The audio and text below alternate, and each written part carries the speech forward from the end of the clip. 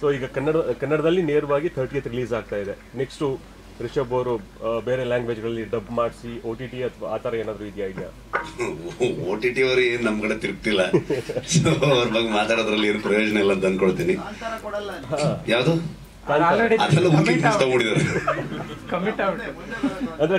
ಆಗ್ತಿದೆ ಅಂದ್ರೆ ಅದಕ್ಕೇನು ಸೊಲ್ಯೂಷನ್ ಗೊತ್ತಾಗ್ತಿಲ್ಲ. ನಮ್ಮಲ್ಲೂ ಎಷ್ಟು ಮಟ್ಟಿಗೆ ರೀಚ್ ಆಗ್ತಿದೆ ಏನ್ ಕತೆ, ಅವ್ರದ್ದು ರಿಸರ್ಚ್ ಟೀಮ್ಗಳೆಲ್ಲ ಇರುತ್ತೆ. ಒಂದು ವಿನ್ ಸಿಚುವೇಶನ್ ಹೋಗ್ಬೇಕು, ಅವ್ರಿಗೂ ಅದು ಅದರಿಂದ ಲಾಸ್ ಆಗಬಾರದು, ಪ್ರೊಡ್ಯೂಸರ್ಸ್ಗಳಿಗೂ ತುಂಬಾ ದೊಡ್ಡ ಮಟ್ಟದಲ್ಲಿ ಸಪೋರ್ಟ್ ಆಗಬೇಕು.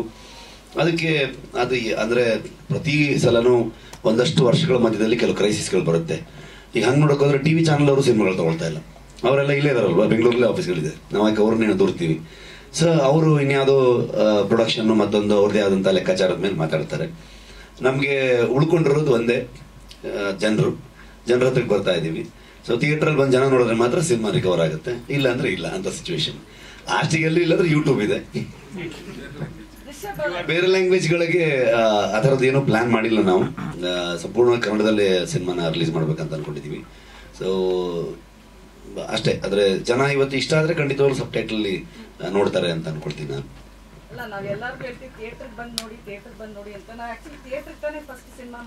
ಹೌದು, ಅಂದ್ರೆ ಪ್ರತಿ ಹಂತದಲ್ಲೂ ಒಂದೊಂದು ಬಿಸ್ನೆಸ್ ಅಪಾರ್ಚುನಿಟೀಸ್ ಅಂತ ಹೊಟ್ಕೊಳ್ತಾ ಹೋಗುತ್ತೆ. ಅದು ಎಲ್ಲಾ ವ್ಯವಹಾರದಲ್ಲೂ ಇರುವಂತದ್ದೇ. ಸಿನಿಮಾ ಅಂತಂದಾಗ ನಮ್ಗೆ ಈ ಕಡೆಗೆ OTT ಕೂಡ ಒಂದು ಬಿಸ್ನೆಸ್ ಅಪಾರ್ಚುನಿಟಿ, ಸ್ಯಾಟಲೈಟ್ ರೈಟ್ಸ್ ಕೂಡ ನಮ್ದು ಒಂದು ಬಿಸ್ನೆಸ್ ಅಪಾರ್ಚುನಿಟಿ. ಸೊ ಥಿಯೇಟರ್ ಹೇಗಿರುತ್ತೆ, ಥಿಯೇಟರ್ ಇಷ್ಟು ದಿನಗಳಾದ್ಮೇಲೆ ಆಮೇಲೆ ಅಲ್ಲಿ ಬರುವಂತದ್ದು ಅಂತ ಅನ್ಕೊಂಡು. ಸೊ ಸೇಮ್ ಟೈಮ್ ಸರ್ಕಾರನು ಕೂಡ ಕೆಲವು ಸಿನಿಮಾಗಳಿಗೆ ಸಬ್ಸಿಡಿಯನ್ನು ಕೊಡುವಂಥದ್ದು ಇವೆಲ್ಲ ಇರುತ್ತೆ. ಸೊ ಇಲ್ಲಿ ಇವೆಲ್ಲವೂ ಒಂದಷ್ಟು ಸಹಾಯ ಆಗುತ್ತೆ, ಪ್ರೊಡ್ಯೂಸರ್ಗಳಿಗೆ ಇನ್ನೂ ಬೆನಿಫಿಟ್ ಆಗ್ತಾ ಹೋಗುತ್ತೆ. ಥಿಯೇಟರ್ ಅಲ್ಲಿ ಎಲ್ಲ ಸಿನಿಮಾಗಳು ಹೇಗಾಗತ್ತೆ, ಅದೊಂದು ಇದು ಇದೆ. ಏನಂತಂದ್ರೆ ಥಿಯೇಟರ್ಗೆ ಜನ ಸಿನಿಮಾ ಮಾಡೋದನ್ನ ಕಮ್ಮಿ ಮಾಡ್ಬಿಟ್ರು, ಥಿಯೇಟರ್ ಎಕ್ಸ್ಪೀರಿಯನ್ಸ್ಗಳಿಲ್ಲ. ಅದರಿಂದನೇ ಸಿನಿಮಾ ಕತೆ ಚೆನ್ನಾಗಿದೆ, ಜನ ಬರ್ತಿಲ್ಲ ಅಂತಂದ್ರೆ ಹಂಗೆ ಆಗೋದು. ಥಿಯೇಟರ್ ಎಕ್ಸ್ಪೀರಿಯನ್ಸ್ ಕೊಟ್ಟರೆ ತಾನೇ ಜನ ಬರೋಕ್ಕೆ ಸಾಧ್ಯ. ಆಮೇಲೆ ಇಲ್ಲಿ ನಾವು ಇಂಡಸ್ಟ್ರಿಯಲ್ಲಿ ಕೂತ್ಕೊಂಡು ಜನರಿಗೆ ಬೈಯೋದು ಇದನ್ನೆಲ್ಲ ಮಾಡ್ಕೊಂಡು ಕೂತಿರ್ತಾರೆ. ಜನರಿಗೆ 1000 ಆಪ್ಷನ್ ಇರುತ್ತೆ. ನೀವು ನಿಮ್ಮ ಫೋನ್ಗಳು ತಗೊಳ್ಳಿ, ಅದರೊಳಗಡೆ ನಿಮ್ದು ಪರ್ ಡೇ ಎಷ್ಟು ನಿಮ್ದು ಸ್ಕ್ರೀನ್ ಟೈಮ್ ಆಗಿದೆ ಅಂತ ಚೆಕ್ ಮಾಡಿ ನೋಡಿ, ಗೊತ್ತಾಗುತ್ತೆ. ಮಿನಿಮಮ್ 4-5 hours ಇರುತ್ತೆ. ಸೊ ಜನರು ಅಷ್ಟು ಎಂಗೇಜ್ ಆಗಿಬಿಡ್ತಾರೆ ಫೋನ್ ಒಳಗಡೆಗೆ. ಆಮೇಲೆ ಇವತ್ತು ಲಾಸ್ಟ್ ಟೈಮ್ ನಾನು ಹೇಳ್ತಿದ್ದೆ, ಈಗ ಸಿನಿಮಾ ನೋಡೋರ್ಗಿಂತ ಸಿನಿಮಾ ಮಾಡೋರು ಜಾಸ್ತಿ ಆಗ್ಬಿಟ್ಟಿದ್ದಾರೆ.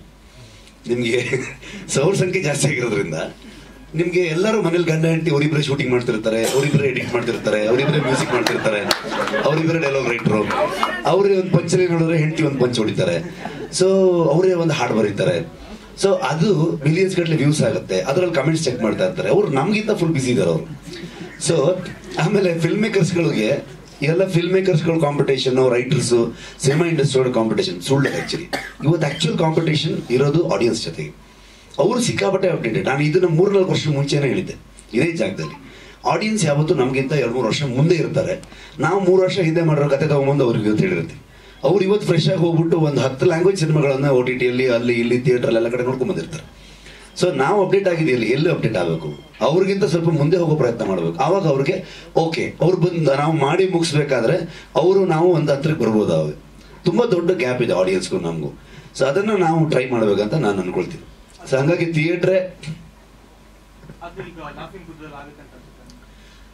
ಹೋಪ್ಫುಲಿ ನನಗಿಷ್ಟ ಆಗಿದೆ.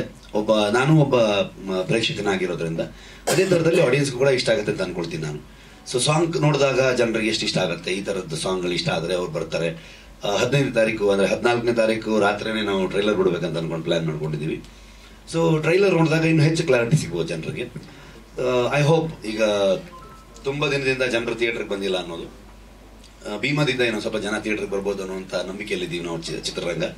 ಅದಾದ್ಮೇಲೆ ಗಣೇಶರ ಸಿನಿಮಾಗೆ ಬರ್ಬೋದು, ಬೌಡ್ರಿಗೆ ಜನ ಬರ್ಬೋದು ಅನ್ನೋಂಥದ್ದಿದೆ. ಸೊ ಈ ಲೈನಪ್ಸ್ ಇದೆ.